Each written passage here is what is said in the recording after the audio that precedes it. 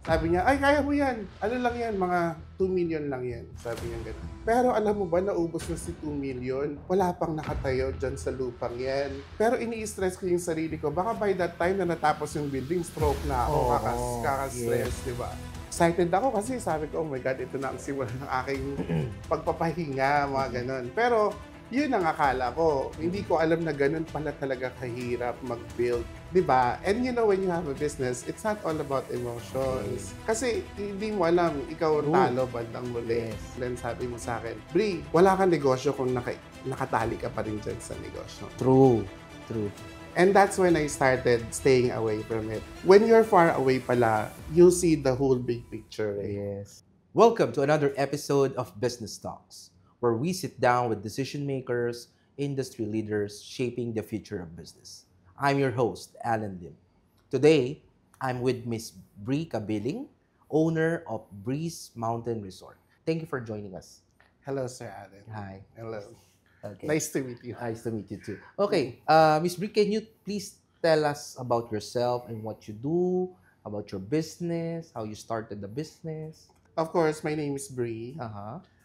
And I actually grew up in California. Mm-hmm. So, I was 17 nung nag-migrate ako doon. Okay. I was by myself.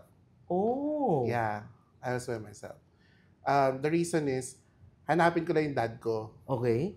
Yeah, tapos, so umalis ako doon and then to look for my dad. Looking back, parang sabi ko how did I do that? I was 17 years old, parang ang tapang ko naman, no? Mhm. But at the same time, parang ang lakas ng loob ko kasi I haven't seen my dad since when I was born. Yeah. Okay. And then, so he's a retired US Navy. Mhm. And then, pinitisyon niya ako. Mhm. Pero I guess hindi ako binigay ng magulang ko till nandun na ako sa tamang age na yun. Okay. So when that time comes, so parang nung nag-decide na ako na pumunta ng Amerika, I was so excited kasi sabi ko, pagka-aralin ako ng tatay ko doon. Mhm. Magbabago yung buhay ko. Mm-mm. But then, 360, kasi nung pagdating ko doon, hinahanap ko yung dad ko, wala akong nakitang tatay ko. Tapos, meron akong nakausap, kasi dati uso yung mga Yellow Pages. Aha. Wala pa yung mga, parang Friendster pa lang nun eh. So, Directory. Yellow Pages, tapos, ang daming kapangalan. Tapos, lahat, San Francisco. Tapos, nung tinawagan ko, yun, biglang sabi niya, ay, pasensya na, wala akong anak na ganitong pangalan. Then, after 3 months, I guess, nausik siya ng konsensya niya.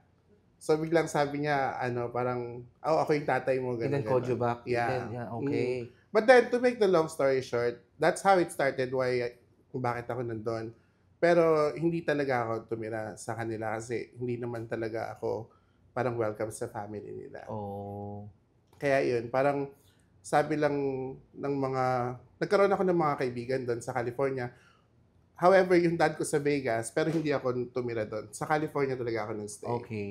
And then, binigyan ako ng mga mabubuting tao na makakasama ko. So, sila talaga yung nagsabi na, andito ka na sa Amerika. Parang, ang daming taong gustong makarating dito. And ikaw, andito ka na. So, huwag mong sayangin yung chance na yun. Yes. So, kaya ako napunta na Amerika. For so many years, like, nag-work lang ako. Parang wala naman akong pangarap before eh. Mhm. I never knew kung ano yung path ko. Kasi I was 17. 17. Hindi ko alam kung anong gagawin ko. Until such time na parang dumating yung point na for so many years, parang na-feel ko na bakit parang walang changes sa buhay ko. Then that's when I started, parang tuwing umuwi ako ng Pilipinas, nare-realize ko na sabi ko, kailangan may negosyo tayo dito. So ngayon, dito, nakatira yung mom ko. And then I also have a stepfather Okay. who happens to be an engineer. Oh. Yeah.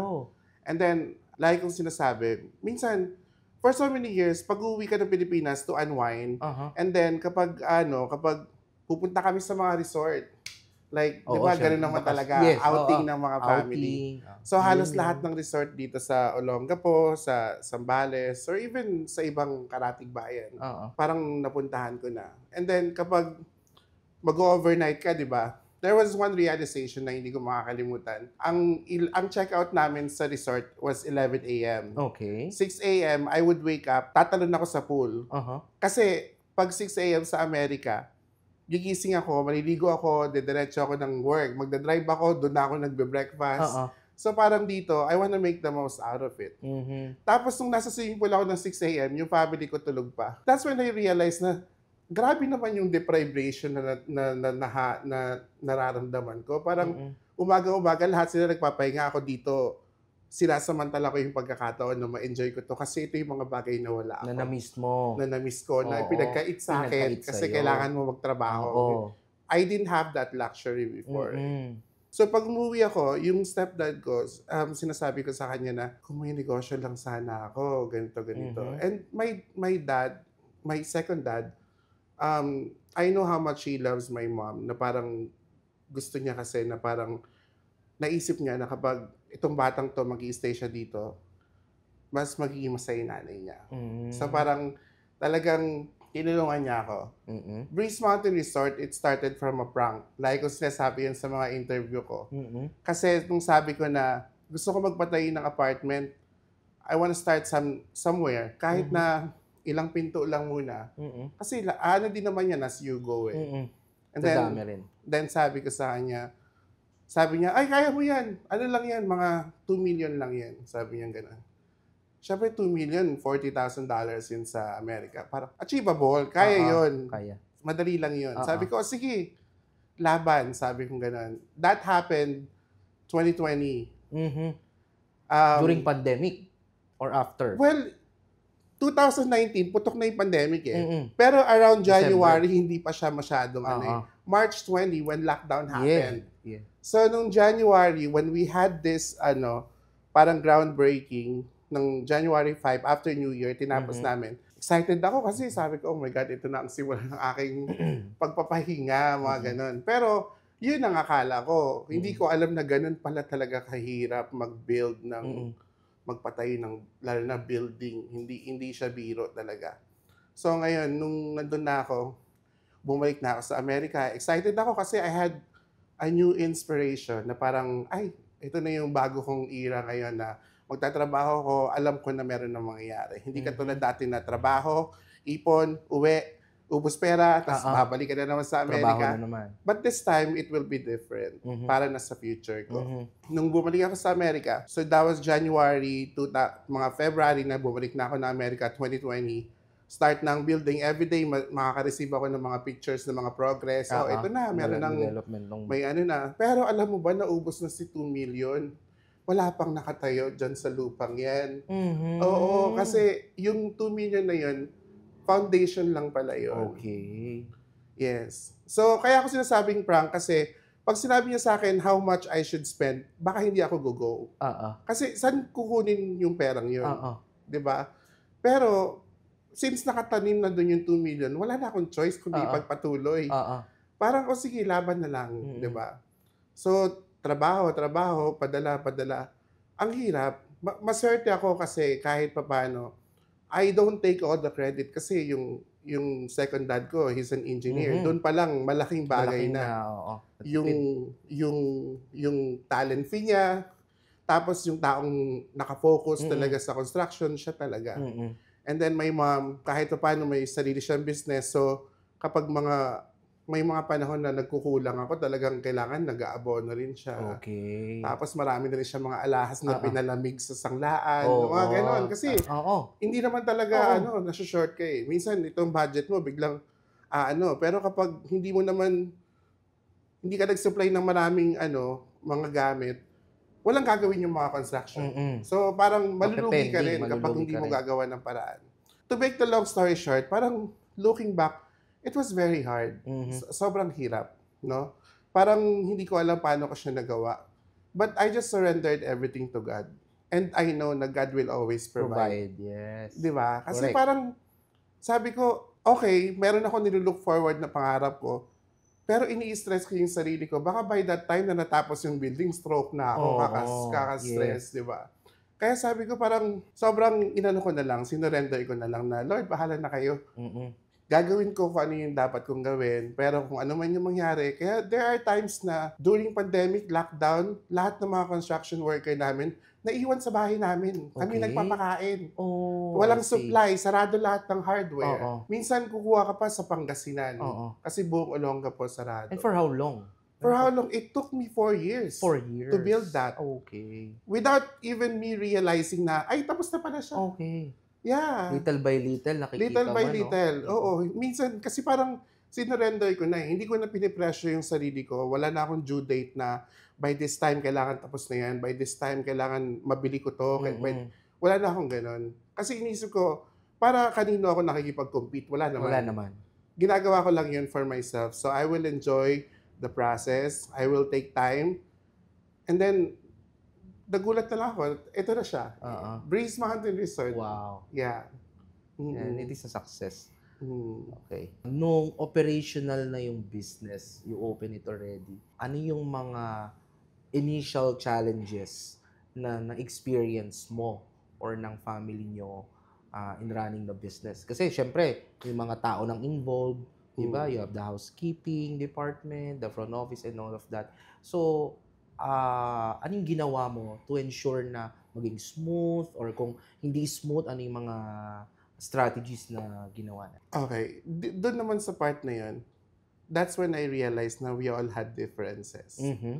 When it comes to my parents, syempre, iba ang generation nila sa Yes. generation natin. Mm-hmm.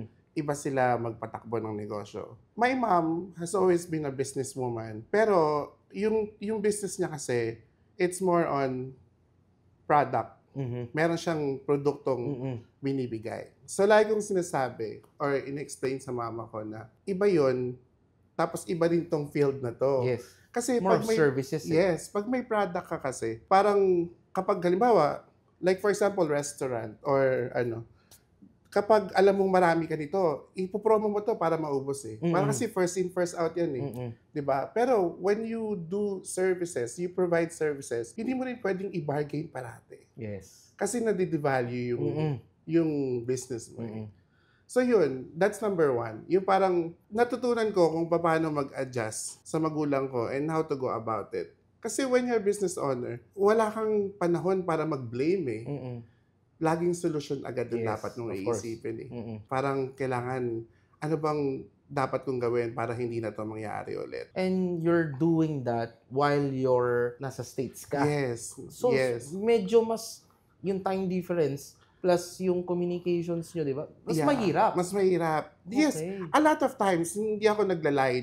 Nagkakaroon talaga kami ng misunderstanding. Tapos, I will go back to yung core ko na bakit ba ako nag-start to begin with? This is for my family. Bakit kami nagkakagulo-gulo? Mm-mm. Na dapat hindi. Na dapat masaya kami kasi we were able to build something beautiful. Mm-mm. Tapos ngayon nagkakagulo kami because of that. And that Mm-mm. is not right. So I Yes. had to do something about it. Uh-huh. So I think communication, that's number one. Mhm. Tapos yung, kailangan mo talagang i-address kung ano yung nararamdaman mo. They go by emotions. Mm. 'Di ba? And you know, when you have a business, it's not all about emotions. Kasi hindi mo alam, ikaw ang True. talo bandang huli. Yes. Yes. Hindi ka dapat magpadaan sa emosyon. I'm not saying, na Bato. wala ka dapat pakialam or Oo. you have to be yung iron heart na tinatawag Oo. nila. But emotions, sometimes you need to know when to set it aside. Mhm. 'Di ba? Kasi parang that's very hard. Tapos sa mga tao naman, I actually grew up with it eh. Mhm. Yung negosyo ko. Wala akong alam talaga eh kasi it's not my forte. Mm-mm. Sa America, medical field Oo. kami. Oo. So ang Yung work mo. layo. Parang dito biglang we provide services. Hello, good afternoon. Oo. Thank you for your Hospitality. hospitality. So it's totally different. Tapos hindi naman yun yung pinag-aralan ko.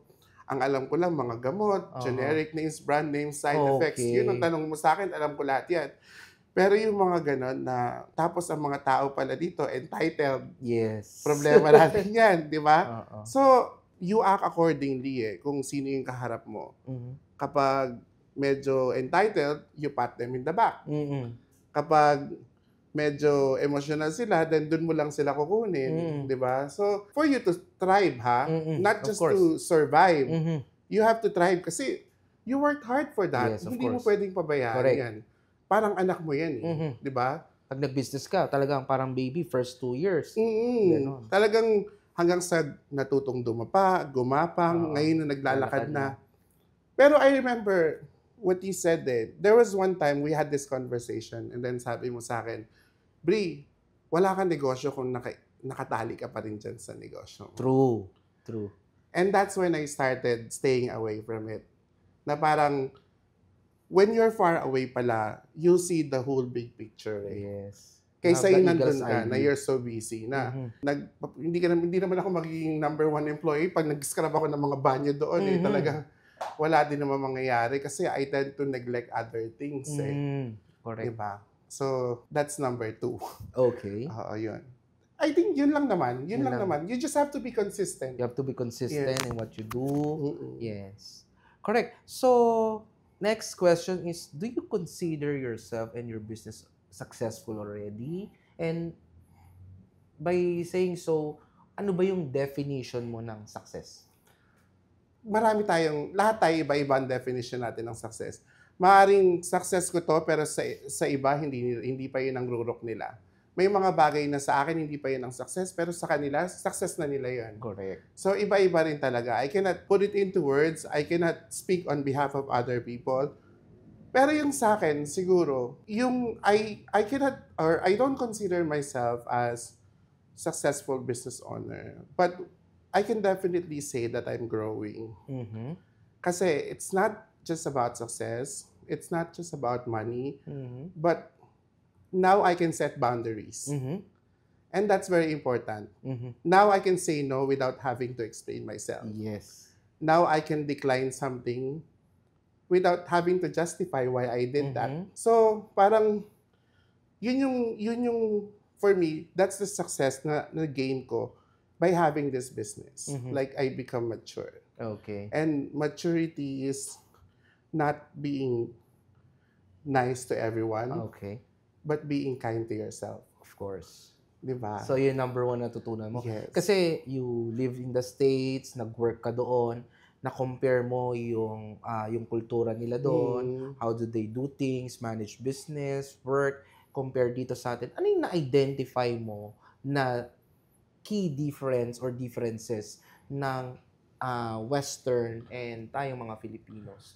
So, kasi dito sa atin medyo, masyadong emotional. Yes, Lahat very tayo. emotional. Very emotional. Very emotional. Oo. Sa Amerika, fast-paced eh. Fast pace. Talagang chop, chop, chop, chop, chop. Yes or no? Yes or no. Walang maybe, walang in maybe. between. Oo. Walang, meron din namang mga, can I do this next time? Mm-mm. Pero I think, ang kulang sa atin dito is common respect eh. Mm-mm. That's parang common respect, common courtesy. Mm-mm. Yun yung wala dito. Yun yung parang, sana napapractice din dito yun. Kasi yung iba entitled sila just because they're higher than you or they think they're better than you are. Wala na silang courtesy eh. So parang, pag wala kang courtesy, parang hindi mo nire-respeto yung oras ng tao eh. True. Ng kadil mo eh. Oo. So, I think talagang, kung gusto mo talaga ng changes, it really has to start from within. And kung gusto mo may magbago sa buhay mo, kailangan mo talaga baguhin kung ano yung nasa loob mo, kung sino ka at kung ano ka. Yung sa Amerika, hindi ko sinasabi na mas okay doon. Kasi minsan, dito naman ang kinagandahan, aminin na natin, kapag may mga connection ka, andali din naman. Di ba? Pero ang hirap lang kasi kung paano kung normal na tao ka na wala kang connection. Yung lumalaban ka lang ng patas, na kahit may pera ka, ang hirap. Sobrang hirap. Minsan nagtataka ko, bakit ganun? Bakit ganun? Sa Amerika, kaya kong gawin niya ng 5 minutes eh. Bakit dito ang haba ng proseso? Bakit dito ang haba ng mga kailangan natin gawin? Kaya parang ang hirap din umunlad ng mabilis. Kasi dahil sa mga proseso, dahil sa pag-uugali, dahil sa mga nakasanayan natin dito sa Pilipinas. Yun, okay. So, last question, ano yung mai-impart mo na knowledge or things sa ating mga viewers na for those aspiring business owners na gusto magsimula, ganyan. So, pagka medyo nahihirapan sila sa simula, sa pagbi-business, ano yung ma-impart mong knowledge sa kanila? Marami sa atin ang gustong magnegosyo talaga. Pero, hindi sila ganon ka-ready. Kasi, kasi for us business owners, ang dali lang sa atin magsalita na ito yung gagawin natin. Ito yung mga kailangan mong gawin. Kasi nakapag-start na tayo eh. Mhm. Kung meron man siguro akong mai-share sa kanila, kung meron man silang feeling nila kaya nilang gawin at confidence sila na gawin yon, you just have to start. Mhm. Kahit ano mangyari, umpisahan mo na lang. Mhm. Kasi once you start, you're already halfway there. Yes. That's the very hard thing to do. Yung And of course, magsimula kailangan ka. passionate ka about it Mm-mm. doon sa gagawin mong business. Okay. Ang hirap kasi yung parang nagdadalawang isip ka na, kasi di ba parang sugal yan, yung Yeah. negosyo. Hindi, ang negosyo talaga sugal. Sugal talaga. Yeah, sugal It talaga is a ang gamble. negosyo. So parang, pero kapag pinaghirapan mo ito at talagang blood and sweat and tears na talagang namuhunan ka, Mhm. hindi mo pababayaan kahit Mhm. ano mangyari. Oo, of Gagawa course. at gagawa mo na paraan. Oo. Itatawid Kung mo yan. kailangan ipangutang, kung kailangan na tumao ka doon sa Yes, business. kasi you have that's to- your bread and butter eh. Yes. Wala kang ibang Oo. pagkukunan. Kundi yun lang. Kaya sa mga aspiring business owners, they just need to start. Mhm. Yeah. Talagang yung logo ng Nike, yung just do it, Just do it. yun na yun. Aha. Very simple. Mhm. Yun na At yun. hindi madaling magnegosyo. Hindi talaga. Hindi madali. Okay. Kasi other people tend to say na business owner na yan, marami ng pera yan, Oo. mayaman yan, Yun ang ang akala sarap nila. ng buhay niyan, Mm. and they don't know na you need to wear different hats. Diba? Mm. You have to make sure na yung decision mo is tama, maayos, na Mm. magbe-benefit yung mga tao mo, and of course, ikaw Mhm. sa business mo. Well, Miss Bree, thank you very much for joining us. Thank you so much for Oh, having me. Okay. Yes. So that's it. Ang dami nating natutunan sa story ni Miss Bree Kabiling of Breeze Mountain Resort. Ang dami-daming mga experiences, ang daming na-share. So thank you very much for joining us in this episode. See you again.